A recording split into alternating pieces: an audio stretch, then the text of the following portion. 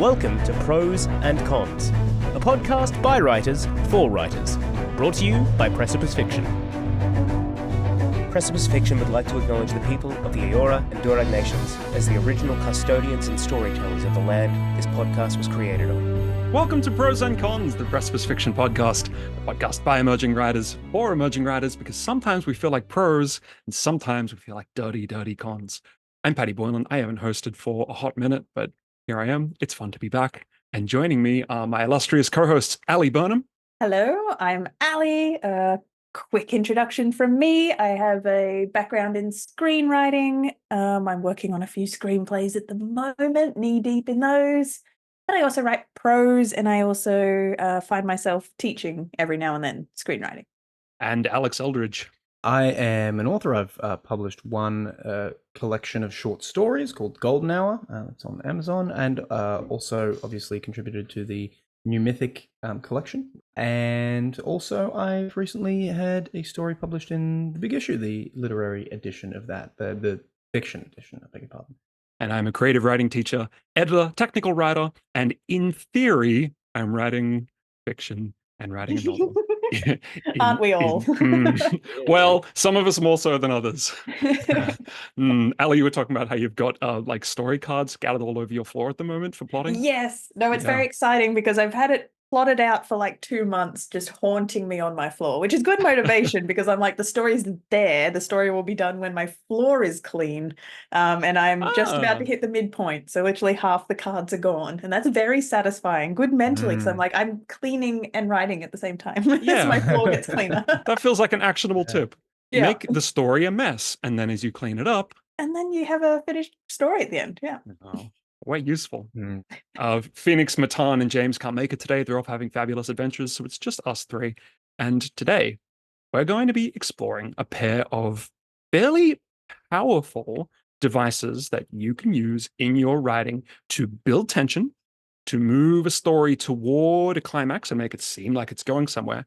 And also for you as a writer to make sure your story stays on track, moving in a direction so you don't do what I did and bloat it out to 200,000 words without anything really happening. That's a lot of words. It wasn't even finished. I think you've been in a similar boat though, right, Ali? Oh yeah, no, I can't talk. Yeah, it's But anyway, before we get into those devices, what have you guys been reading, watching, doing lately in the interim? I actually finished this quite a while ago, but I haven't had a chance to talk about it on the podcast. I guess just the timing of it.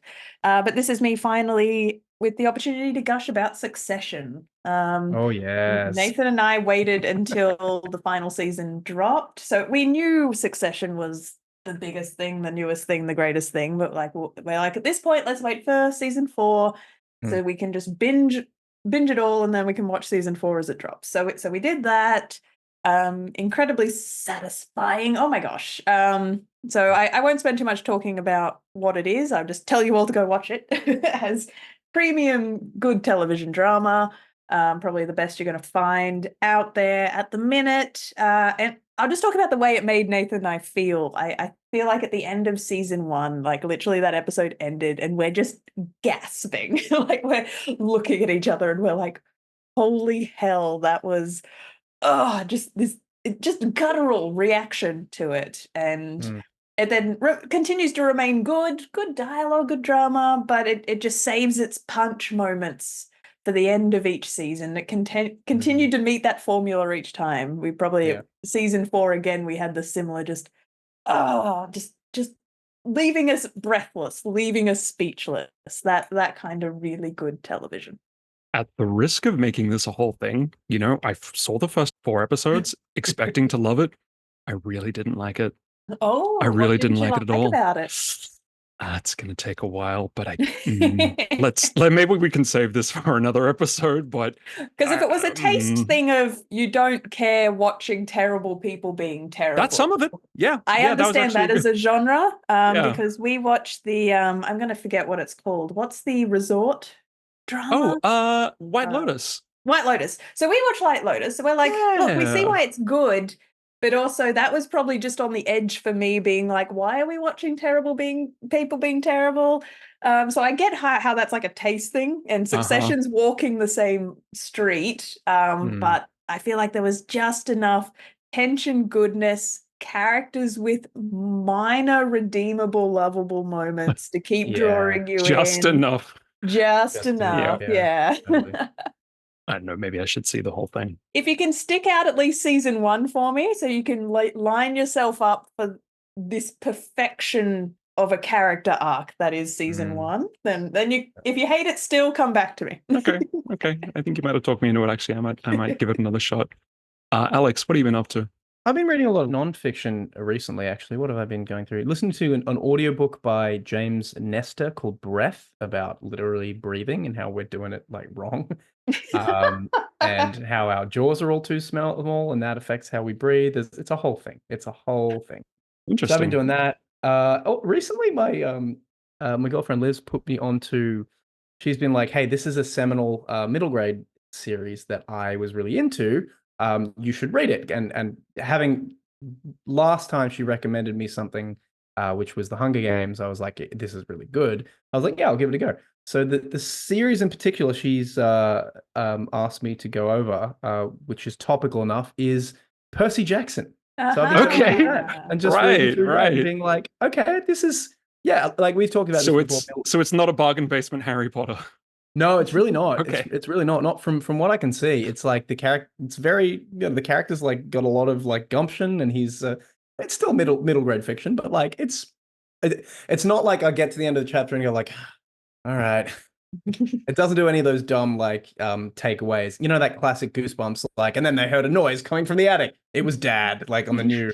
It doesn't do as much of that. So no, I'm enjoying that so far. Just but otherwise just slogging through the Aurealis I love stuff. the Percy Jackson version of "we heard a noise and then it was Dad" was this whole like head beyond. Well, I mean that Wow. that's a bit. I've actually only just started, so I haven't even got up to that bit. But I understand. I understand the general premise. I feel like I do this in every episode, but I think maybe we should do an episode about those like chapter kind of cliffhangers, having a cliffhanger at the end of a chapter to keep you wanting to go to the next one. Yeah. The Dan Brown analysis. The Dan Brown. Yeah. Doing a Dan. We can call it the Dan Brown code. The Dan Brown code. That's great, actually. The Brown note. No, what to say about Dan Brown? For myself, I've been reading some really good historical fiction in Bernard Cornwell, who's I don't know what you call the series, but the book is called The Sword of Kings. Really cliched name, but it's great. It's set in Iron Age Britain. It's got shield walls. It's got longboats crashing into each other. Nice. It's got I'm already sold. Laconic characters staring out at thunderstorms and just nodding to themselves. And it's really well written. It's like a guilty pleasure, but it's got the writing of something with heft. What's it called? I'm already sold. Sword of Kings by Bernard Cornwell. Cornwell. It's a whole series. I love it. I recommend it. I've never met anyone who's read Bernard Cornwell and been like, nah, that was trash. Like everyone who I've ever met, I haven't read it myself, so I can't speak to it, but everyone who I've met who's read it has been like, yeah, it's really good. It's really good. And very readable. I had like a whole shelf at the last airport I was at too, because I love studying airport bookstores. Because yes. They've got to be like really just hard-hitting niche. This is what's hot. This is what's good. Like there's no time to like fuck spiders in an airport bookstore. They're just like, take this if you want this genre. And there's no time to what? Sorry, leaned on a very Australian saying just then. I love how you just slipped that in there. Like, I'm not here to fuck spiders. Have you heard of that saying? Okay, yeah, I have. Yeah. Okay, yeah. So that's the same energy you bring to an airport bookstore. Okay. Is the comparison I'm making. That's not used nearly enough. No, it's not. In conclusion, Bernard Cornwell, had his whole shelf. And he deserves that. It's real good stuff. Anyway, speaking of a completely different author, have you guys heard of Chuck Palahniuk? Yeah. Ali, you ever Chuck Palahniuk? Yes, nope, he's a name that, screenwriting lore. Yeah. I'll bet he is, yes. Yeah. Author of Fight Club, Survivor, Choke, Invisible Monsters, and others besides. Turns out he has a lot to say about writing, funnily enough, and a very good blog. I was looking for material to teach one of my creative writing classes, and I found his article on a pair of techniques called clocks and guns. They're techniques for building tension and for moving towards a climax. And I think they're the kind of things that as writers, we might already know it instinctually, and we've definitely seen it, but we might not have a name for it or be able to define it. And he's not the one that came up with these ideas, but I think he did a really good job at kind of clarifying and cementing them. So what I want to do is explore clocks and guns according to his definitions and see if we can't make some sense out of that. So had you guys heard of or come across either of these concepts before this episode? So for me, definitely clocks. Probably, reading into it, it wasn't the exact definition I know it as, but it seems close enough. So even when I'm teaching, I use the term the ticking clock. Yep. So how I knew a ticking clock was the time pressure that's being placed on the characters. They have to achieve a certain thing or they will fail. It's the lose condition is getting closer and closer. The lose condition, yeah. A lose condition is getting closer and closer. And it's literally the clock is the easiest term because it can be a bomb counting down if we think of it in our head. But if this bus falls below a certain speed, the bus will explode. That's one of the examples I have. Yes, perfect. Because we know eventually the bus is going to run out of fuel. They can't keep going at 50 miles per hour forever. So, and for those who might not know, this is the plot to the film Speed. Yeah, and so I think the slight definition when I was reading more into Chuck's clock, it was more of a clock promising that the climax is going to arrive. So it essentially is the same thing. I guess I've been using it as a more of a stakes tool because stakes is this is the thing that'll be lost, but it doesn't necessarily need to be that with Chuck's definition. It is just a promise has happened and now there's a timer on that promise and the plot's barreling towards it. Yeah, which is such a nice definition because I'd always thought about it as like a lot of movies have countdowns, but no, sometimes it's just like this thing is going to happen and we know at the climax it's going to happen. What happens on the journey to get there? Alex, what about you? The clocks or guns as concepts? Is this something you've encountered or that you've played with or? Yeah, I think I haven't thought as much about the clocks aspect. I feel like depending on what genre you're writing in and what structure it takes, I feel like that's fairly endemic to a lot of stuff. The one example of a clock that I thought of that it sort of makes sense, and maybe I'm jumping the gun here, but so to speak, would be Dante's Inferno, the original text, just going through the circles of hell. It's like it's made very clear at the beginning, like, hey, you are going through hell. There's all these things we have to get to.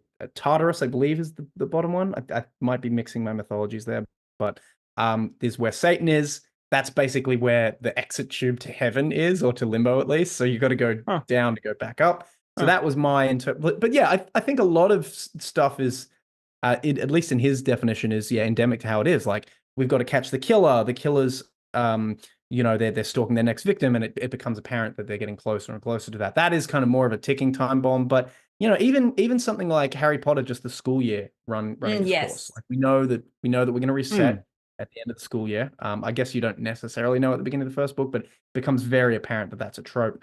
And the gun. This is a term I use all the time, but I'm totally blanking on the guy's name. Chekhov. Chekhov's gun. Yes. That's a tool that I think about all the time when I'm writing. Just in terms of like, hey, if you show the thing, you have to use the thing. There can be no loose ends. And in the way that I like to write, I like to have things very, very spare and very condensed. So if you show the thing, you got to use the thing. And it might be literally a gun. It might be a tool. It might be, it could be anything, but basically something that's saying like, hey, we're showing you this. This is going to be made use of at the end, probably in some dramatic and potentially apocalyptic way. Yep. Chuck describes it really well as the thing that will instigate the chaos, and he uses the chaos in air quotes. Yeah, I think Chuck did a really, really good job describing this. And for anyone that wants to check out the blog, Chuck, I'm not going to spell his name. Just look up Chuck Polonuk, look up his Substack, you'll find it. It's a Polish surname. It's a little tricky. Anyway, let's, I mean, you're right. These are clocks and guns. but there's a little more to each, which I think makes them very interesting and very, I mean, if we can get the descriptions and definitions, we can start to drill down on how to use them in specific ways. So let's start with clocks. Chuck defines it as anything that limits a story's length by suggesting that it will end at a certain time. So in other words, it suggests when the story is going to climax. And as the story moves along, it's often not a literal clock, but sometimes it is. You can tell that the timeline is shortening and shortening and shortening. So you get this sense of, oh boy, here it comes. The thing, whatever it is coming up. I've written and read some works that don't have much of a clock. There isn't much of a sense that time is counting down. And I think you feel it. Most works have some kind of a clock to an extent. I don't know if you guys have any experience with that. Maybe you've written something that doesn't really have a time constraints, which is kind of... Yeah, I definitely relate to the experience of I'm reading something and you're just not quite certain, like, yeah, what's going to happen next or why things are happening. I've usually boiled it down to it like if the character's not really clear with their objectives. Like I think if there's a very clear clock, it's probably tied to what the protagonist is trying to do, right? They're either trying to beat the clock or they're working in tandem with the clock. Yeah. So it's a symptom of one is a symptom of the other. If the protagonist doesn't have a clear goal, there's probably not a clear stated clock either. But in saying that, I decided to think about, have I ever organically used a clock in the way Chuck describes it? And I'm thinking of my most recent manuscripts, and I'm like, I don't actually think I do. Not if it's a literal thing. I guess I tend to think of it as character tensions. I've got certain characters, they're bouncing off each other, they're boiling, each interaction is worse than the next, is a promise to the audience that eventually this cannot last. This is not a stasis. This will erupt. So yeah, in terms of a promise of chaos, that's probably the closest thing I have to a clock. But I kind of want to call that a soft clock. It's clock adjacent. Clock. Yeah. Rather than a hard external... Yes. A hard clock, a hard external ticking force. I agree. It has elements of the time pressure without it being something that's the characters are actively aware of and in opposition of. Yep. Yeah. Here's an example of a hard clock. Let's think about the evil supervillain that tells the president that they only have 24 hours until the doomsday device detonates. That's a very firm definition. We know how much time there is, and often even like the president will glance up and the audience can see there's a clock on the wall ticking down. That is the most literal example I can think of a ticking clock. For anyone out there who's played video games, think about how much more tense those parts of games are where you've only got a certain amount of time to complete the thing.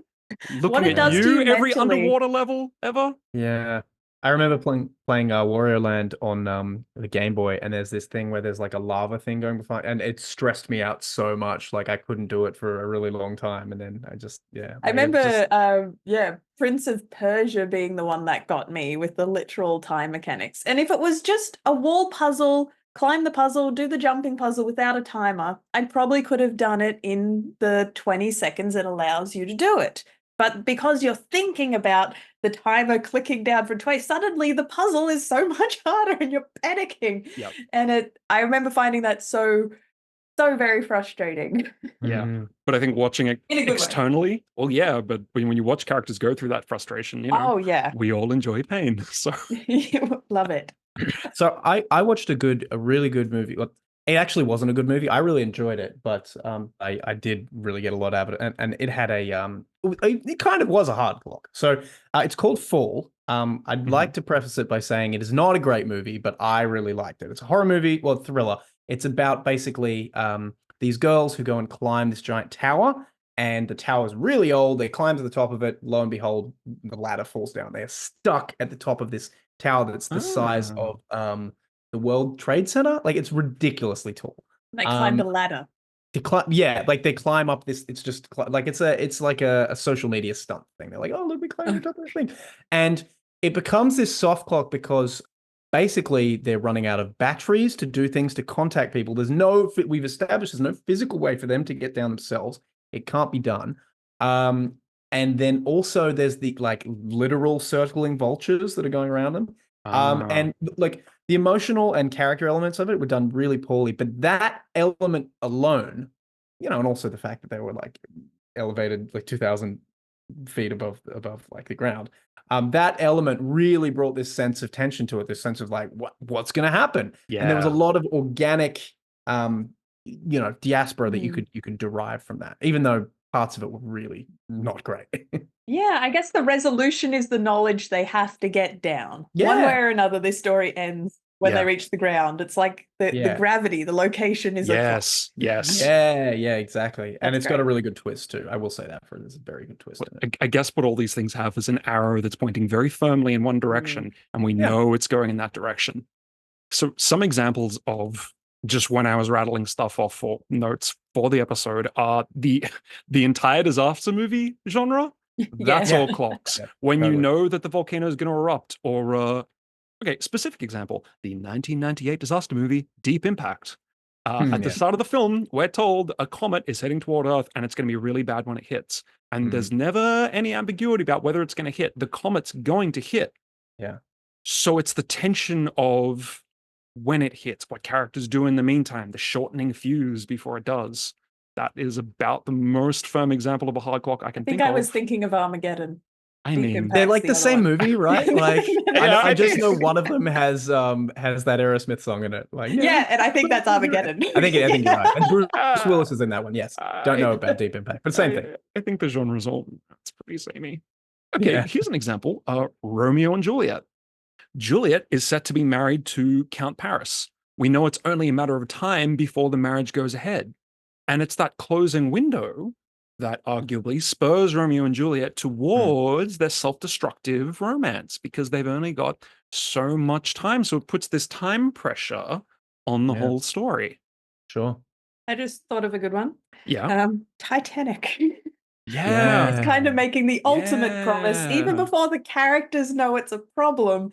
It's the premise that you've bought a ticket to go and see a movie called Titanic because only one thing's going to happen by the end. Yeah, it's like this meta clock. We know, the audience knows, just because of historical context, that this ship is going to go That's down. a powerful tension tool, because it's like, when do they hit the iceberg? How long do they have before they sink? It's just like, you can just imagine that little kid in the theater going like, but when are they going to hit the iceberg? Like, it's very good. It's very good. I like, it's a classic. Yeah, historical events as a clock. That's a really good point. That's the power of historical events. Totally. How about pregnancy? Pregnancy is a ticking clock. Yeah, Juno, right? Sure. Or Rosemary's Baby. Yeah. Very different films. But we know, there's 9 months, right? There's something's going to happen at the end of the 9 months, and we know that the clock is ticking down. And I haven't seen Juno, but is the climax of the film kind of around the point of the birth? Yeah, it kind of is. Yeah. Or how about the holiday season? We've got 1 month until Christmas. Will the family overcome their troubles? Oh, Christmas is coming. Is it going to be a good Christmas or a bad Christmas? The example that I've got is Love Actually. I mean, that's, I don't know if you guys have seen it recently, but it's got like a 2 weeks until Christmas at the bottom of the screen, and then 10 days till Christmas, then 1 day till Christmas. And you know that the characters, for better or worse, have to resolve whatever's going on by Christmas, because we know that's the deadline. Yeah. Home Alone, similarly. Yeah. One I'm very interested for, so I haven't actually read it yet, but we're talking about Brandon Sanderson, again, the mad bastard. So he's released 4 Stormlight books, and the end of Stormlight 4 promises the premise of Stormlight 5. And it basically ends on this cliffhanger that there's going to be a battle of champions in 10 days. This gets decreed. Yeah. Like, as readers of epic fantasy, all these other books have taken place over spans of like months and almost a year, and then we're being told the next Stormlight book is going to be the duration of 10 days. Yeah, that's and one way or another, either the big bad will get defeated in 10 days, or all the good guys are going to lose, which might happen in 10 days. And so even before he sells the book, he's a mad genius. We know the next book is a 10-day clock to resolve everything that he spent 4 books building. Like, what a maniac. What a clock that is. That is really good. when I taught this as a class, one of the students I had put their hand up and said, but when we're doing a clock, that gives away the ending, right? Because we know that one way or another, this event's going to happen. Isn't that a problem? What do you guys think of that? I mean, obviously, in the example you gave, Ali, we don't know if the good guys or bad guys are going to win, but we know there's going to be a battle. Is that a problem with clocks? The idea that we're giving away the climax to an extent? I don't think so. I think the nature of a story is such that it is a climax, you know, like the whole point of a climax is it's building tension up to a thing that you don't know the outcome of. Mhm. So in Ali's example, like we don't know what side that's going to fall on. We don't know if the good guys are going to win or the bad guys are going to win. When the volcano goes off, is the family who live under the volcano, are they still going to be there? Are they going to be able to get out of the town? Like the whole notion of it is the unknown. It's the Schrodinger's cat of like, Yeah. well, does it survive or doesn't it? You know, so I don't think so. I think that's kind of part of it. What an interesting thing that you can do sometimes is actually just dispel that tension entirely and say, "Oh yeah, I died." You know, Yep. like this is my ghost Yep. recounting this thing. Let me tell you the story of how I Yep. died. And there's still tension in that because stories about finding out how we get to the point. It's the old cliche. It's the journey, not the destination. Yeah. So you could go right up to that line and go like, "Hey, I'm giving you the answer now. This is how it happened." You I know? think even like in works like that, though, even if we know the outcome, often there's something like a twist that makes us change how we see about the outcome. Like in that example, maybe we know that the narrator dies, but it turns out that the narrator perhaps killed himself, or that they were a really bad person and they're the villain, something like that. So it changes the way we see that inevitable outcome. Yeah, I feel like I was going to say a younger Ali probably would have agreed with that sentiment. I understand what that's rooted in. You're like, where you want your story, you're like, I want to surprise the audience. I don't want Yeah. to tell them it's going to happen. But I guess the more and more I write, the more and more I see the value in the tension, giving them the pieces. Like the tension is more valuable than any twist, I suppose, because you want every moment in the lead up to be as dramatic as it can be. And I talk about stories as opening and closing brackets a lot. And it's the same thing you were saying, Alex, and we'll talk about it with guns, that if you introduce something, there's only going to be so many outcomes that can be. And the fun speculation is great. We've introduced this. So how is that going to pay off? Is it going to be an X, Y, or a Z ending? And it's the expectation manipulation, I guess, you can have along the way, teasing the audience. Is it going to be this? Is it going to be that? And it's so rather than an infinite amount of surprise ending, there's probably only 4 or 5 ways this is going to shake out, and it's letting them stew in which one that's going to be. I guess is the plan. And how that looks specifically. Yeah. Yep, absolutely agreed. It boils it down, and actually that can make it even more stark and interesting. Coming back to Chuck Palahniuk, something he does in his work Survivor, which is really interesting, he numbers the pages backward. So it starts at like page, let's say 248 or whatever, and it counts down to 1. Oh, wow. Yeah. Wow. Yeah. The story has like a strong clock in it as well, but the fact that you're turning and every time you turn a page, it counts down. I remember reading that and thinking like, God, this is good. Why didn't more authors do this? That's really clever. Yeah. And I guess there's a meta game we're playing with audiences these days, because all readers, all viewers have an inherent understanding of story structure to a degree. They know they're going to sit through a setup, they know stuff's going to happen, they know there's going to be a climax. So it's if that's a given, then it's up to us to it's almost the unexpected bits are how we're going to tie those bits together, I guess. That's where the freedom and the fun is. What new things are we doing with existing pieces? Yeah. So Banshees of Inisherin, I think, does the promise of literally just telling you what's going to happen really well. Especially just in its premise, 2 people, they're not friends anymore, and the story is working out why. And it gets to a beat where I guess you'd call him the antagonist, says, if you keep bothering me, I'm going to cut off my fingers. and we're running in kind of this dark comedy that has a lot of funny, pithy dialogue like that. So it's like, he's just said something morbidly funny. But the movie ticks along, and maybe 20 minutes later into the film, he's throwing his fingers at this guy's door. And it's just the perfect payoff of, you kept bothering me. I told you if you kept bothering me, I would cut off my fingers. And it's the follow through. Such a good segue, because I would argue that might be a gun. Let's come. Ooh. Oh, don't you love? I mean, especially if he shoots him, right? So if a clock sets a countdown timer for when events are going to come to a head, a gun subtly suggests, and subtly is the operative word, how the inevitable chaos will occur. And again, coming back to Chuck's definitions, the chaos is when everything kicks off and everything goes crazy. So like what you were saying, Alex, it comes back to the idea of Anton Chekhov, the Russian playwright. He had this concept of, if there's a gun in the first act, the gun's going to go off by the third act. He was talking about it more for economy of elements in a story. Like, don't add a gun in the first act if it's not going to go off. Like, what's it doing there? Bring it down, make it simple. But the idea's kind of mutated to mean something that we place in Act 1 that's subtly kind of hanging there over the mantelpiece. And by the time Act 3 happens, we've hopefully forgot about the gun over the mantelpiece. Maybe it's been suggested again, maybe not. But when it comes back around, it's at once surprising and at the same time inevitable. So we go, aha, oh, the gun. Of course, I knew it was going to go off, but I forgot about it because there was the romantic subplot and the plot with the dog and the fight and everything else. And that feels really, really satisfying. So I haven't seen Banshees of Inisherin, but that's a gun, right? We're told you're going to cut the fingers off, and we're like, ha, maybe he's serious, but you probably forget about it, I'm guessing. You forget about it until he does it. Until the fingers hit the door. And then it's inevitable because he's like, he promised him he would. That was the contract. Yeah. Surprising but inevitable is exactly how Chuck defines it.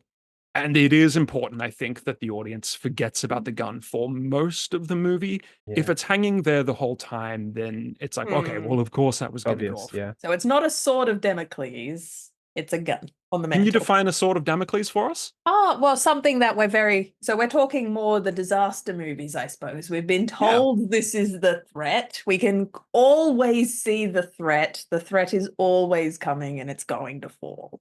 Yeah, I think, Alex, that sounds like it's more like a clock, especially if maybe the thread of the sword of Damocles was getting thinner and thinner. So whereas a clock should be explicable, should be over us all the time, the gun is, it's there. Subtler. It's subtler. It's there. These things don't need to be used in tandem. They are you don't necessarily need both in a book or a screenplay or whatever. You can certainly have both. But you don't necessarily need to use both or either, but you can. Yeah, I totally agree. There's the quadrant, like there's both of them, like one of them, the other one, and none of them, Yeah, and I'm sure there are plenty of great works that don't have any of these, but when they work, they're really, really good. Yeah. One example of a gun that I have is Stephen King's The Shining. Alex, do you want to cover what that is in The Shining? Yeah, I do. And just for the sake of fairness, we did pilch this off Chuck's original article. So, but it is a really good example. So basically what happens is at the beginning of the book, and I want to be really specific here, it's the book, this is not the movie, right?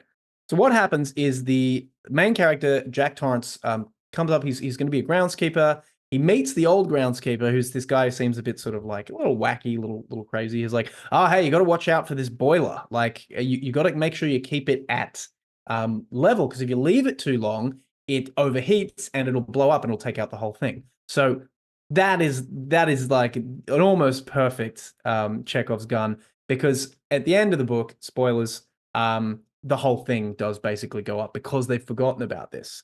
And it's not as if it's just this one time that's forgotten about. There are a few times where early on, Jack has to go out and check it. So we're not, it's not as if it just comes out of nowhere and you're like, oh yeah, that thing he briefly mentioned. Like, it's there. If you look for it, you can recall that it is definitely there, and it has been sort of in the in the aegis of the the plot, but it's not immediately apparent, and that is the Chekhov's gun there.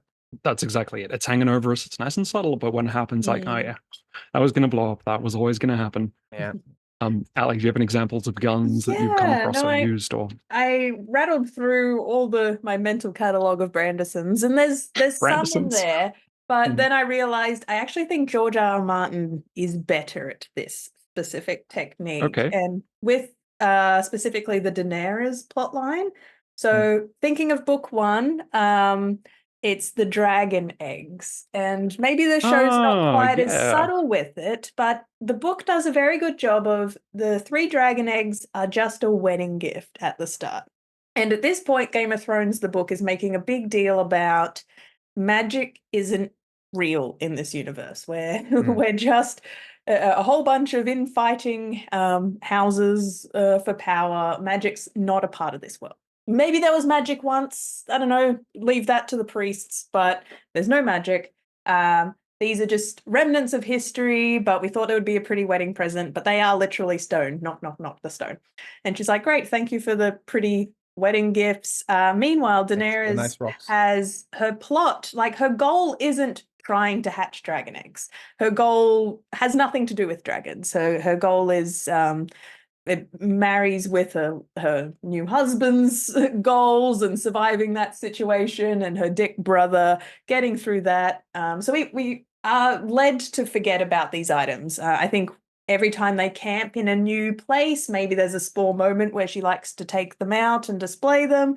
That's as much attention dragons are given at all. Meanwhile, POV is jumping. Ned's losing his head elsewhere. Other very dramatic things are happening in Game of Thrones.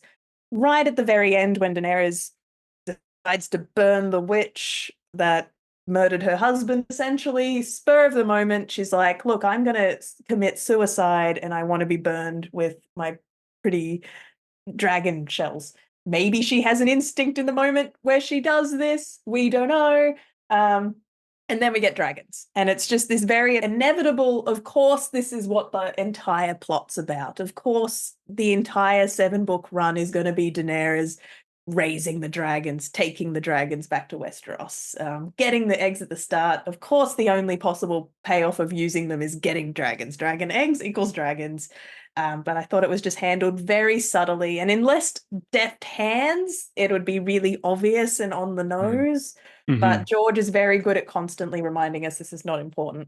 Maybe a less subtle example. I've got one other one for the Daenerys, her character, which the show didn't do. I think we see hints of it where she buys all the slaves in, I think, season 3, book 3.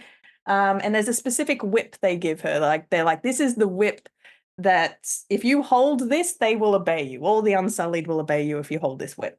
And it's this sign of oppression, I suppose. So she kind of hates it because she's like, I'm here to liberate them, but I guess I will hold the Master's whip. Fast forward to book 5. I think the show does it a little bit, but not as well. It's when she's in the dragon pit, the dragon fighting pits in the Free Cities. And Drogon's gotten loose. He's a big boy. She's not really in control of him. He's been terrorizing the city. And it's this confrontation with Drogon. He lands in the dragon pit. He's going to eat everyone in the arena. And she picks up the dragon whip. And she tames Drogon for the first time with the whip that represents oppression and taking control in a forceful manner. And it's the first time she gains control over her dragon that was otherwise going to burn everything. So she had to pick up the symbol of the Master, but that's the whip she used to tame her dragon. And it's just such the themes, that's so good. Love that. And then again, it's just this perfect payoff of you give Daenerys a whip, and then of course she's going to turn into a dragon tamer now that she has the whip. And it's just like, satisfying. That's good shit. Could that potentially be more foreshadowing for what we might know might happen to Daenerys later in the story? Taking the whip? Huh? Taking the whip. Well, we don't know how Game of Thrones ends. No, we don't. Because there's still 2 more. We may never. Hashtag not my show. But that is the beautiful arc she's on. If done correctly, is she doesn't want to do this, but it's the only way she can achieve her goals is through this. Yeah. You mentioned there that it works because it's subtle. I mean, particularly the dragon eggs. It's hinted at, and I mean, I think famously when a gun is bad, it's really, really obvious. Like, sure, would be bad if the guns over the mantelpiece were used accidentally. Yeah, that would be terrible. Do you guys have any examples you can think of where you've seen a gun that doesn't work well for whatever reason? I don't know if this counts, but there's a lot of shonen anime that I still love regardless, that I feel like run on this rule. Like, I feel like a gun under Chuck's definition needs to be a physical object. He's quite clear about that, isn't he? Is he? I don't know. I mean, I could see it being a concept maybe, or maybe it's more of a concept because shonen's very good at being like, here's a power-up. here's the potential of where the character could be. And then, time rolls on and they just, I sat under a waterfall and now I have that power-up and now I'm going to use it. And it's like, that feels a bit cheap. Some shonen are really good at it and it's not cheap, but lazier shonen, you see the power up coming a mile away and you're like, just hurry up and learn the thing. Often in the same episode, like, like, there's this thing, oh no, I'll never be able to control it. Oh, and then the big bad comes and it's like, oh yeah, I've got the wings now that previously I couldn't wear and now I can, and I can fly and kill him. It's just silly stuff like that. I guess with a lot of writing, though, it's tricky because we don't always know what's too obvious and what's obvious enough. We want to show the audience and we want them to know and forget about it. But at the same time, if we're too subtle, they could miss it. So hopefully this doesn't discourage anyone from actually trying to use this. And as with everything, use beta readers and use, With a Chekhov's gun, less is definitely more. Like, it needs to be introduced at the beginning, more or less at the beginning. And then it needs to be alluded to, probably not in the context of like, oh, this could be a bad thing, but just casually. Like, for example, in The Shining, where he has to go back and check on the generator, and it's like, oh, that's fine. But then you don't hear about it for a really long time, and then when it does become a big thing, you're like, oh no, we forgot about that. It's, and then it blows up and it's a whole thing. But yeah, I'd say like a light touch. You could. I wouldn't go so far as to codify it with like a rule of 3, but like, once allude to it, depending on how long the story is, maybe allude to again, maybe not. But then have the payoff. And I guess the reason the Daenerys thing works really well for me is because eggs and the whip were introduced under different circumstances that weren't immediately related to their payoff. They paid off in a different way, but in an inevitable way. So the eggs were important to her and she kept showcasing them because they were important to her because of her family. And there was a family plot happening where she was fighting with her brother and they would argue about what it means to be of the House of the Dragon, and the dragon eggs were a symbol of that. So they had their significance in the story that wasn't, these are going to become dragons until they did. Yeah. Even reading that back again, because I read it for the first time a while ago. Reading that back, I was kind of surprised when that happened. Like, it catches you off guard. Yeah. Even having seen it on the show, it's like, oh yeah, right. Now she gets dragons. So yeah, so cool. What clocks and guns are really, and they're many things, but I see them as coming down to a promise, either an overt, obvious promise in the case of the clock, or a subtle, I'm going to promise it, you're going to forget about it, and then you're going to remember the promise by the end of it in the form of a gun. And it's the promise that something big's going to happen. It's the clock, it's the countdown to the climax. And in the gun, it's the promise that this is the thing that's going to cause the chaos and it's going to be great when it happens. So they're really useful for that because they remind the reader as we go on, this is going to be exciting. Like, you're looking forward to something. It's like we were saying at the beginning, sometimes if you can't see the excitement coming up, you wonder, well, why am I really reading this? And hinting at it early can be really good. But they can also be really effective, I think, for us as writers. When we include a clock and we know that there's a countdown, that kind of reminds us that actually I can't dilly-dally with the story because the clock is ticking and the tension's going to have to rise as the clock goes. Or if we include a gun, it means that sooner or later that gun's going to fire, and the longer I leave it, the less relevant it's going to seem. I want to ask you guys if maybe even if you didn't know it at the time, if there's ever been a situation where you've been writing and maybe you haven't found the point or you don't know what the ending is going to be, or you think like, gee, maybe a clock or gun would have been pretty useful in that situation, or a time when you did use it and it was really effective.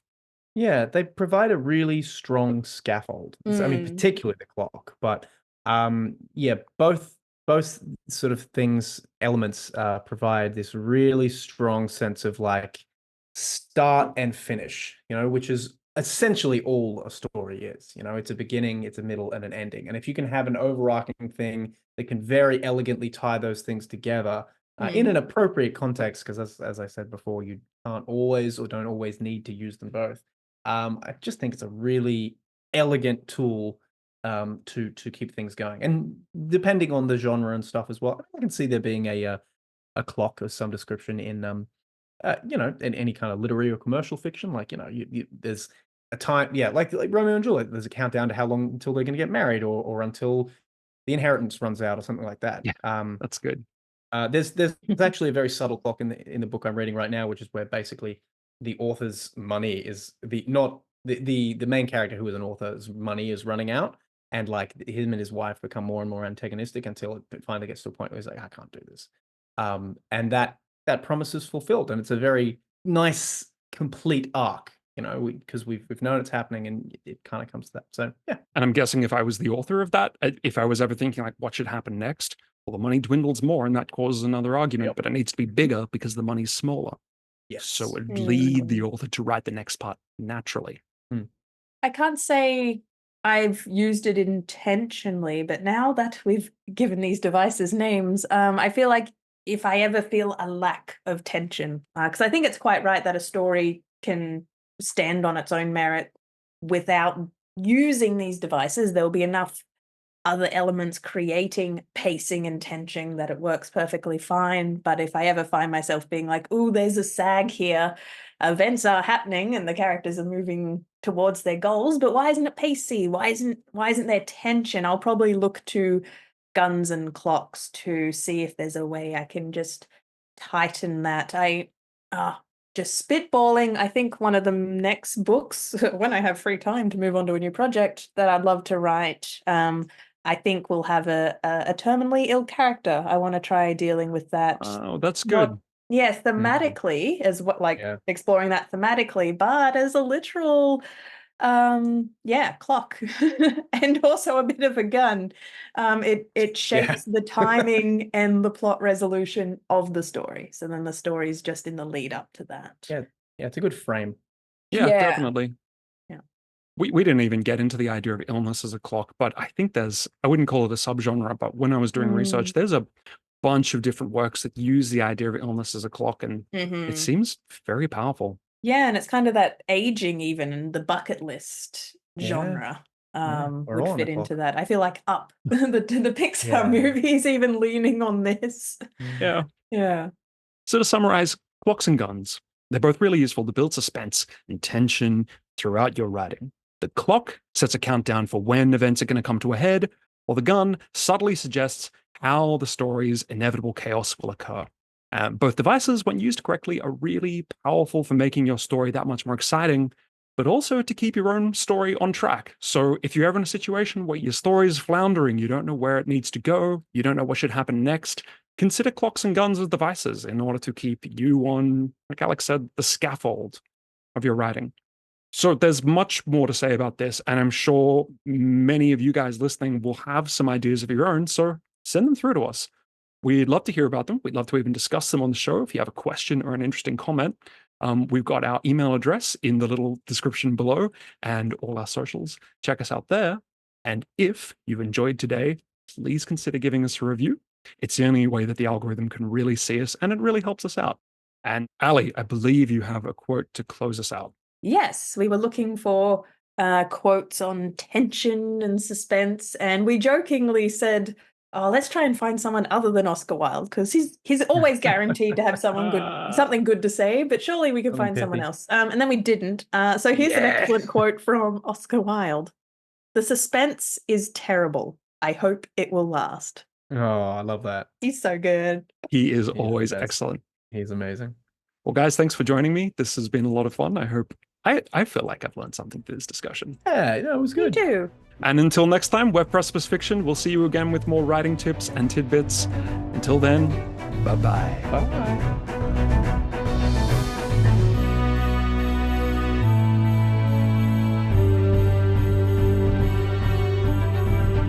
You're listening to Pros and Cons, the Precipice Fiction podcast.